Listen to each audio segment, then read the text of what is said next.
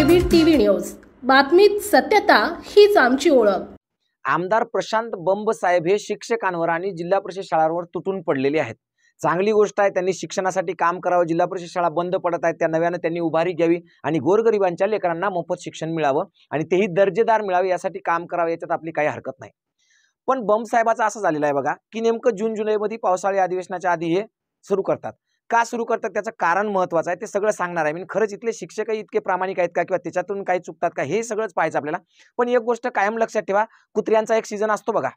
कुत्रे बरोबर त्या सीझनमध्ये त्याचा कार्यक्रम उरकवतात। एकदा तो सीझन गेला की मग कुत्रे थंड पडतात। अगदी तसंच काहीसं सीझन वाईज कार्यक्रम आमदार प्रशांत बंबांचा चालू आहे। सीझनचा किंवा कुत्र्याचा संबंध प्रशांत बंबाशी लावू नका। मी फक्त सीझन वाईज काय काम होतात ते सांगितलंय तुम्हाला, की हा जो कार्यक्रम असतो तो जिल्हा परिषद शिक्षकांवर म्हणजे आरोप करण्याचा, त्यांना बदनाम करण्याचा, मराठी शाळांची बदनामी करण्याचा कार्यक्रम बरोबर जून जुलै महिन्यात येतो। काय येतो? कारण जून जुलै महिन्यात ॲडमिशन्स असतात।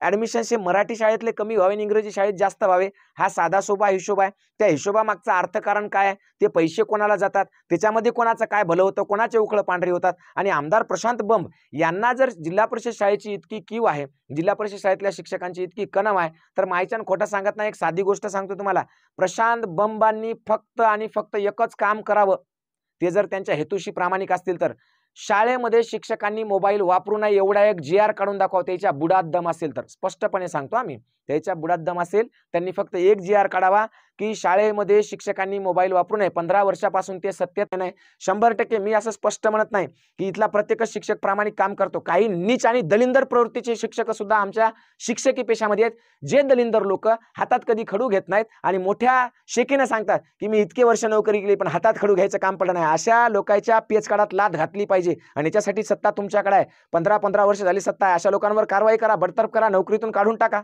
काय म्हणणं आहे कोणाचं? काहीच म्हणणं नाही। जे लोक आपल्या लेकरांना प्रामाणिकपणे शिकवत नाही, जे शिक्षक आपल्या लेकरांना प्रामाणिकपणे शिकवत नाहीत, त्यांच्या पेचकाडात लाथ घालून काढा, आमचं काही म्हणणं नाही। पण सरसगट सगळ्या शिक्षकांना बदनाम करणं आणि शिक्षकांची मॉरॅलिटी कमी करणं, याच्यामध्ये दोन महत्त्वाची कारणं आहेत। सगळ्यात महत्त्वाचं कारण आहे, यांची सगळ्यात मोठी पोटदुखी आहे शिक्षकांचा पगार, आणि त्या पगारासाठी एकूण महाराष्ट्राच्या उत्पन्नातलं जाणारा वाटा यांना पैसे खायसाठी, खास ते पैसे खायसाठी, त्यांच्या भाषेत पैसे खायसाठी यांना काय करावं लागते, शिक्षकाचा पगार कमी करावा लागणार। कारण इकडे निधी कमी पडायला ना, मग इकडे तुम्हाला डांबर खायचंय, गिट्टी खायची, संडास खायचंय, बाथरूम खायचंय, समाज मंदिर खायचंय, तुम्हाला जे नाही ते खायचंय, पीक विमा सुद्धा तुम्हाला खायचा आहे। मग इकडे पैसे कमी पडायत, मग हे पैसे शिक्षण क्षेत्रामध्ये गेलेल्या पगारीमध्ये काय भ्रष्टाचार करता येते का? काहीच नाही। म्हणून तिकडचे पैसे कमी करायचे, म्हणून गोरगरिबाच्या शाळा बंद पाडायच्या आणि मग सगळ्या गोष्टी कुठाने तुमचे राजरोसपणे चालू ठेवायचे। तर असा याचा एजेंडा आहे। आता याचं म्हणणं आहे की शिक्षकांचा पगार लय आणि भौतिक सुविधा, हे म्हणले झाडाखाली बसून सुद्धा लेकरं शिकतात। कोण म्हणलंय? बंब साहेब म्हणले।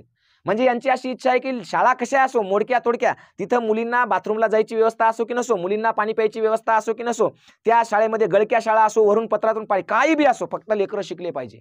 आणि एकीकडे इंग्लिश मिडियमच्या मोठमोठ्या बिल्डिंग्स, 40,000 50,000 फीस, त्याच्यामध्ये मोठमोठ्या बिल्डिंग, त्यांना छान ग्राउंड, त्यांना छान संडास, बाथरूम, लॅब, हे ते सगळं काय तुफान पैसा द्यायच्याकडं।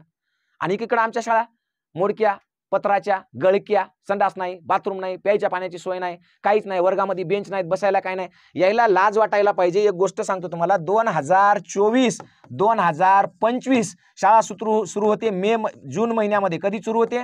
जून 2024ला शाळा सुरू झाली भाऊ, गेल्या वर्षी। किती? जून 2024ला शाळेला ड्रेस भेटला। कधी भेटला?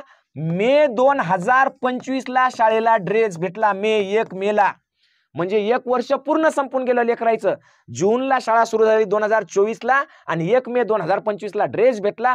तोही ड्रेस जे एकनाथ शिंदे साहेबांनी, मुख्यमंत्र्यांनी जो आपल्याला दाखवला होता ना विधानसभेमध्ये, असा करू की आम्ही असे चांगले कपडे देणार आहोत, वर्ष संपल्यानंतर दिलं तेव्हा याच्या तोंडात काय माती पडली होती का? हा माईक तोंडात घुसला होता याच्या, तेव्हा बरे म्हणले नाही की जिल्हा परिषदच्या शाळेच्या लेकरांना, गोरगरिबाच्या लेकरांना जून महिन्यामध्ये 15 जूनला ड्रेस भेटायला पाहिजे होते। ते पूर्ण वर्ष संपल्यानंतर, शाळेचं सगळं वर्ष संपलं, 1 मे निकालाच्या दिवशी ड्रेस भेटला, तेव्हा तुमच्या तोंडातून काही निघलं नाही, तेव्हा तुम्हाला लाज वाटली नाही। सरकार काय करतंय तुम्हाला पाहायचं नाही, तुम्हाला लोक पाहायचे फक्त काय करतात ते। तुमची पोटदुखी फक्त एवढीच आहे बंब साहेब की तुम्हाला कोणत्याही परिस्थितीमध्ये मराठी शाळा बंद पडायच्या। कारण मराठी शाळामध्ये कोण जातो? गोरगरीब कष्टकरी शेतकऱ्याची लेकरं जातात, ठीक आहे, त्यांच्याकडे जातात मजुरांची लेकरं, त्यांच्याकडे जातात दलितांची, बहुजनांची, आदिवासींची लेकरं जातात, हे की नाही। मग या लेकरांना फुकट शाळा असू नये, त्यांना फुकट शिक्षण मिळू नये, म्हणजे दर्जा द्यायचा नाही शाळांना, काही घेणं नाही, तसंच शिकवा. दुसरी महत्वाची गोष्ट आणखी याच्या पुढे जाऊन सांगतो की शिक्षकांचा पगार तुम्हाला दिसतोय, झेडपीची गुणवत्ता कमी का? दोन शाळा साहेब, इकडे आहे झेडपी आणि इकडे आहे प्रायव्हेट. प्रायव्हेट शाळेमध्ये शिक्षकांना काय काम आहे? काहीच काम नाही, फक्त सकाळी शाळेत यायचं आणि संध्याकाळपर्यंत फक्त शिकवायचं आणि घरी जायचं. इकडे झेडपीला तुमचे रोज कुठं नाहीत, रोज एक लिंक असते. सकाळी शाळेत गेल्याबरोबर तुम्हाला हजेरी ऑनलाईन भरायची आहे. मग तुम्ही काय करणार? शाळेत जाणार, पहिली गोष्ट हजेरी ऑनलाईन भरणार. समजा तुमचे ॲप तर इतके दलिंदर असतात, हजेरी भरायची असो, MDM भरायची, इतके स्वस्तात घेतलेले ॲप असतात, घंटाभर ओपन होत नाही. ते ओपन झालं तर चालत नाही, चाललं तर मधातूनच बाहेर फेकून देते. म्हणजे तुमचे 15-20 मिनिटं, अर्धा घंटा ऑनलाईन हजेरी भरण्यात जाणार.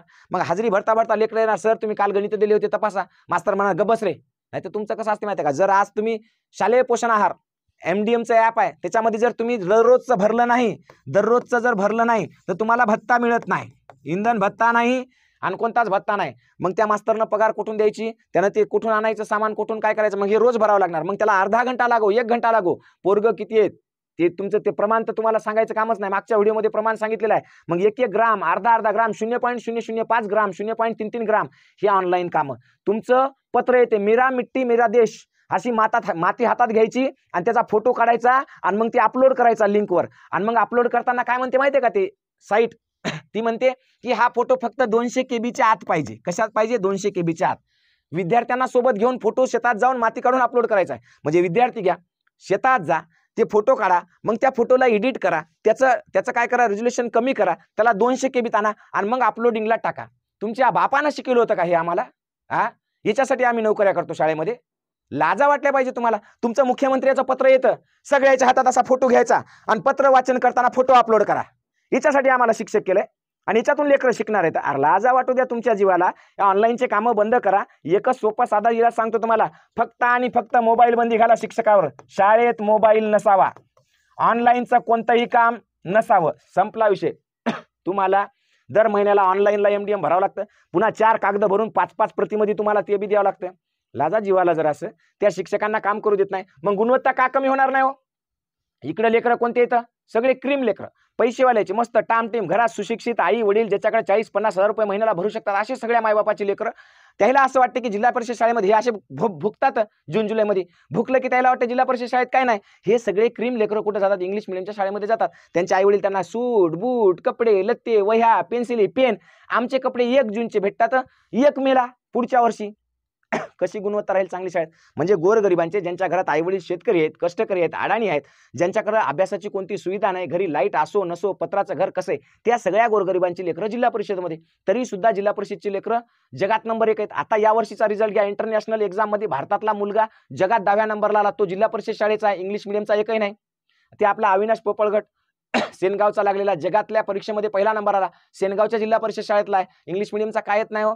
अहो हे सगळं थोतांड आहे. याच्या मागे एकच कारण आहे की इंग्रजी मिडियमच्या शाळा यांच्या चलाव्यात चांगल्या, मराठी मिडियमच्या शाळा बंद कराव्या, जेणेकरून यांचा जो शाळांवरचा खर्च आहे तो बंद झाला पाहिजे, शिक्षकांचा पगार बंद झाला पाहिजे. बाकी दुसरं याच्या पोटदुखी काय नाही. नाही तर मग वैयक्तिक एखादा असं कारण असेल, हे आमदार साहेब आहेत, हे नेहमी दौऱ्यावर मुंबईला इकडे तिकडे राहतात आणि हे म्हणतात शिक्षकांनी रहिवासी तिथंच राहिलं पाहिजे स्थानिक ठिकाणी. तर एखादा शिक्षक यांच्या घराच्या आजूबाजूला राहत असेल आणि हे बाहेर गेला कुठं मुंबईला फिंबईला की तो शिक्षक याच्या घरात काहीतरी काड्या करत असेल, म्हणून याने वैयक्तिक द्वेष आहे शिक्षकाबद्दल. यायला वाटते की शिक्षकांना दुसरीकडे राहूच नाही, त्या गावात दिलं त्याच गावात राहा. आता तुमच्या घरच्या वैयक्तिक भानगडीला आम्ही काय करू शकतो का साहेब? त्यानं तुमचं झाडच तोडलं असेल, तुमचे आंबेच तोडून नेले असतील तुमच्या घरातले, नाही तर तुमच्या घरात कचराच फेकला असेल एखाद्या शेजारी शिक्षकानं राहणाऱ्यानं. आता तुम्ही त्या वैयक्तिक राग आमच्या बाकीच्या शिक्षकावर काढू नका ना साहेब. आम्ही तर 100% म्हणतो, जे गुन्हेगार शिक्षक आहे त्याच्यावर 100% कारवाई करा. पण तुमच्या शेजारी राहणाऱ्या शिक्षकानं तुमचा आंबा तोडून नेला असेल, तुमच्या घरात कचरा फेकला असेल किंवा तुमचं काही वैयक्तिक नुकसान केलं असेल तुम्ही घरी नसताना, कारण तुम्ही बाहेरच राहता ना दौऱ्यावर, तर असं काही झालं असेल तर त्या वैयक्तिक शिक्षकांनी त्याच्या गावात जाऊन राहावं, म्हणजे आपला ताण कमी होईल. आपण मनमोकळेपणानं मुंबई दिल्ली कुठे हिंडू शकतो असं जर तुम्हाला वाटत असेल तर त्या वैयक्तिक शिक्षकावर कारवाई करा साहेब. सगळ्या शिक्षकाला बोलू नका. शिक्षकाची मॉरॅलिटी, अहो जगामध्ये जपानसारखा देश असेल, फिनलंड सारखा असेल, स्वित्झर्लंड सारखा असेल तर शिक्षकांना सगळ्यात मोठा मान आहे. अगदी मंत्र्या-संत्र्यापेक्षा शिक्षकांना मान आहे. त्यांच्याकडे काम त्या पद्धतीने दिलं जातं, त्यांच्याकडून काम त्या पद्धतीने करून घेतलं जातं. अरे तुम्ही तर काय सांगावं, तुम्हाला बोलायचं आता ठेवू नये, जास्त बोलू नये आपण. आता पहा, मराठी शाळा शिक्षकांनी बर्बाद केल्या. कोणी बर्बाद केल्या मराठी शाळा? मागच्या 15 वर्षात तुम्ही रोज एक नवा कार्यक्रम देता. आज निपुण, उद्या अध्ययन पडताळणी, उद्या अध्ययन निश्चिती, परवा तिसरं, ते सगळं ऑनलाईन भरायचे. 24 घंटे मास्तरानं काम करायचं. कोणाचं? सरकारचा नोकर म्हणून. शिक्षक म्हणून त्याला काम करू देणार आहेत का तुम्ही? ही बर्बादी कोणी केली? ही तुम्ही केली. जे सत्तेत बसणार आहेत ना त्यांनी बर्बादी केली. शाळांना भौतिक सुविधा नाहीत. शाळांना कोणत्याही प्रकारची अशी सवलत नाही की शिक्षकांनी त्याच्या मनाने काहीतरी करावं, लेकरांना शिक्षा काहीच नाही. रोज एक नवा प्रयोग आहे, रोज एक नवा प्रयोग. आज असं करा तर उद्या तसं करा. शालेय शिक्षणामध्ये जेवढे काही तुमच्या म्हणून पेट्या आल्यात ना साहेब, पेट्या, शैक्षणिक पेट्या, त्या पेट्याची किंमत, तुमच्या जर दम आहे, जर तुम्हाला भ्रष्टाचारच पकडायचा आहे, शिक्षण व्यवस्था सुधारायची, तर बम साहेब तुम्हाला चॅलेंज आहे. ह्या ज्या पेट्या येतात ना शाळेमध्ये, त्याचं पेटंट कोणाला असते बघा एकदा. म्हणजे गणित पेटी येते, विज्ञान पेटी येते, आणखी वेगवेगळ्या प्रकारच्या पेट्या येतात. या पेट्यांची किंमत काय लावली जाते ते एकदा चेक करा. त्या पेट्यांची किंमत किती हजारात आहे का किती लाखात आहे, आणि त्याच्यातल्या वस्तू किती रुपयाच्या आहेत ते एकदा चेक करा. म्हणजे तुम्हाला कळेल की नेमका काय घोळ आहे. अहो तुम्ही शालेय पोषण आहाराच्या नावाखाली जो आहार देता ना, कुत्रा खाणार नाही इतका बेकार परिस्थितीमध्ये असतो तो. तांदूळ, ते गहू, ते डाळी बिडी, नुसतं जाळा आळ्या पडलेलं साफ करण्यामध्ये जातो. ते नेमकं कोण पुरवठादार आहे? कोण पुरवठादार? तुमच्या दम आहे ना, तर पुरवठादार कोण आहे या महाराष्ट्रात? फक्त पुरवठादार शोधा कोण आहे ते, दम असेल तर. ह्या पेट्या शाळेमध्ये ज्या योजना येतात ना, जे सामान येतं ना, ते सामान देणाऱ्या कंपन्या कोणाच्या आहेत एवढं शोधा तुमच्यात दम असेल तर. काय शिक्षकाच्या मागे लागता? अरे काय शिक्षकांना बिघडवलंय तुमचं? आणि काय शिक्षकाला असं देता तुम्ही? 2.5 लाख पगार. तुमच्या आजानं पाहिला होता का 2.5 लाख पगार शिक्षकाला? कोणत्या शिक्षकाला 2.5 लाख पगार आहे प्राथमिक शिक्षण शाळेतल्या शिक्षकाला? अरे काय तोंडाला तुमच्या हाड लाज असली पाहिजे तुम्हाला शिक्षकांना बोलताना. 100% जे शिक्षक गुन्हेगार आहेत त्यांच्यावर कारवाई करा, पण नसताना उगाच्या उगा मराठी शाळांना बदनाम करू नका. हे मराठी शाळा बंद पाडण्यासाठीच यांनी घेतलेलं पेटंट आहे. दलाल माणूस आहे, दलाल दलाल, ज्याला फक्त जून जुलैमध्ये असे कांड करायचे आणि शाळेतले ऍडमिशन इंग्रजी शाळेकडे मिळवायचे, त्यांच्याकडे न्यायचे. म्हणजे त्याच्या मोठमोठ्या फ्रँचायझीवाल्या शाळा असतील, प्रत्येक शहरामध्ये तालुक्याच्या ठिकाणी मोठमोठ्या फ्रँचायझीवाल्या शाळा आहेत, त्या शाळेकडून कमिशन खायचं असेल असं मला वाटतं. याच्यापेक्षा दुसरं काही नाही. आणि जर याला खरंच शाळा सुधारायच्या असतील तर तुम्ही कधीही चर्चेला या. हे ज्या गोष्टी आहेत ना, पुरवठादार कोण आहेत शालेय पोषण आहारचे, कपड्याचे कोण आहेत, त्याच्यानंतर हे किमती पेट्या जे येतात शाळेमध्ये, विज्ञान पेटी, हे पेटी, ते पेटी, त्या पेट्यांच्या किमती काय आहेत, त्या केवढ्या तयार झाल्या, लोकायला कितीला मिळाल्या, आपल्या शाळेला किती मिळाल्या, हे एकदा चेक करा साहेब. आणि हे मटका गुटका बिटका जे आहे ना, तुम्ही आधी बंद करा आणि मग नंतर सांगा शिक्षकाला की तुम्ही असं करा म्हणून. तर असं हे यांचं फक्त एकच अजेंडा आहे की सरकारला शाळा चालवणं आता शक्य राहिलेलं नाही. सरकारला त्यांचे घरं भरण्यासाठी, त्यांचे खिसे भरण्यासाठी पैसा अमाप पाहिजे, म्हणून सरकारी शाळांची बदनामी करायची, त्या बदनाम करून त्या बंद पाडायच्या. दर जून जुलैमध्ये यायचा सीझन येतो. जून जुलैमध्ये हे बोंबलतात मराठी शाळेच्या नावानं, नंतर वर्षभर गायब होतात, अधूनमधून बाईट देतात. तर असा नीचपणा करण्यापेक्षा साहेब तुम्ही काही सूचना सांगा. आमचं ऑनलाईनचं काम काढून घ्या, बंद करून टाका आमचा शाळेतला मोबाईल. शाळेमध्ये थंब सिस्टीम लावा, तुमच्या सगळ्या ऑफिसला आहे. रोज शिक्षक किती वाजता येतील